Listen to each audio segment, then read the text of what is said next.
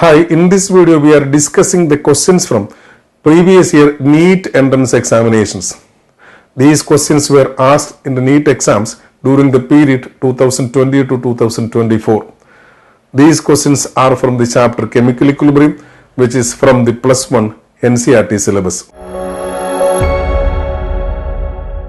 Now question number 1.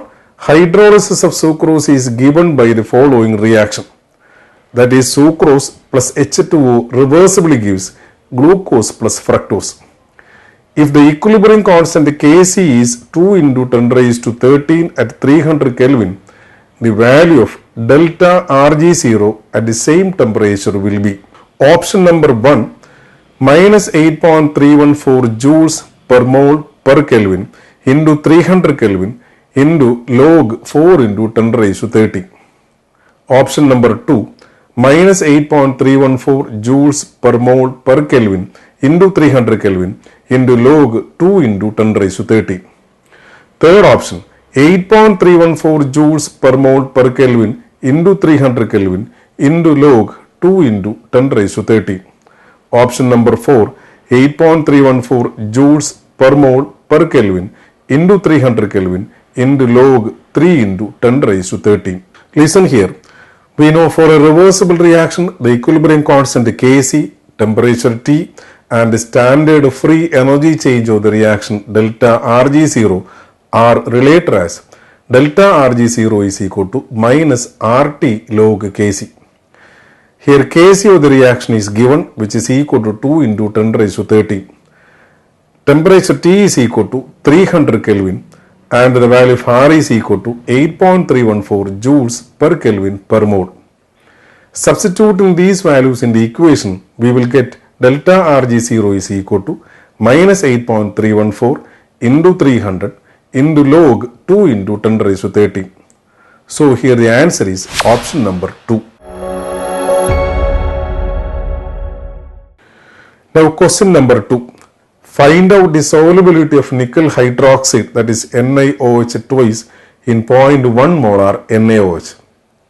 Given that the ionic product of nickel hydroxide is 2 into 10 raised to minus 15. Option number 1, 1 into 10 raised to 8 molar. Option number 2, 2 into 10 raised to minus 13 molar. Option number 3, 2 into 10 raised to minus 8 molar. Option number 4, 1 into 10 raised to minus 13 molar. Listen, in this question, we need to calculate the molar solubility of nickel hydroxide in 0.1 molar NaOH solution. We know NaOH is a strong electrolyte, therefore it undergoes complete ionization. So 0.1 molar NaOH on ionization give 0.1 molar Na plus and 0.1 molar OH minus ion. Here OH minus ion is a common ion. That is, it is present both in NaOH and nickel hydroxide. Now we can consider the ionization of nickel hydroxide in solution. It ionizes as NiOH twice gives Ni2 plus 2OH minus. Now we can consider the initial amount of nickel hydroxide as C. Then the concentration of Ni2 plus is equal to 0. At the same time, the concentration of OH minus is equal to 0.1 molar, which is not formed from nickel hydroxide. It is formed from 0.1 molar NaOH that is already present in the solution. If S is a molar solubility of nickel hydroxide at equilibrium, then the concentration of Ni2 plus is equal to S, and the concentration of OH minus at equilibrium becomes 0.1 plus 2S. Here 2S is the concentration of OH minus formed from nickel hydroxide. Now the ionic product or Ksp is equal to concentration of Ni2 plus into concentration of OH minus the whole square.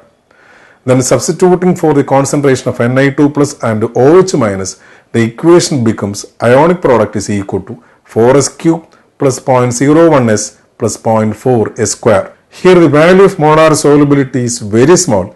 We can neglect the higher powers of S. So the equation becomes ionic product is equal to 0.01s. Ionic product is given as 2 into 10 raised to minus 15, which is equal to 0.01 S. So molar solubility S is equal to 2 into 10 raised to minus 15 divided by 10 raised to minus 2, that is equal to 2 into 10 raised to minus 13 molar. So here the answer is option number 2. Now question number 3. The solubility product for a salt of the type AB is 4 into 10 raised to minus 8. What is the molarity of its standard solution? Option number 1, 2 into 10 raised to minus 4 mole per liter. Option number 2, 16 into 10 raised to minus 16 mole per liter. Option number 3, 2 into 10 raised to minus 16 mole per liter.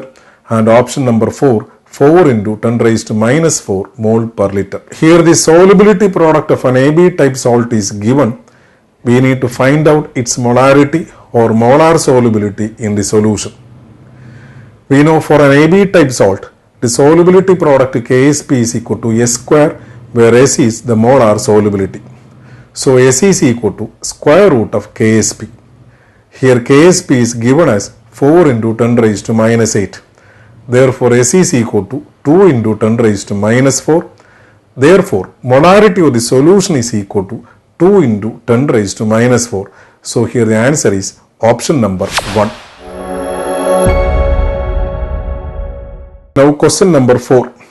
pKb of dimethylamine and pKa of acetic acid are 3.27 and 4.77 respectively at T Kelvin. The correct option for the pH of dimethyl ammonium acetate solution is option number 1 7.75, option number 2 6.25, option number 3 8.50 and option number 4 5.50. Listen here, dimethyl ammonium acetate is a weak acid weak base salt. We know for a weak acid weak base salt, pH of its aqueous solution is equal to 7 plus half pKa minus half pKb.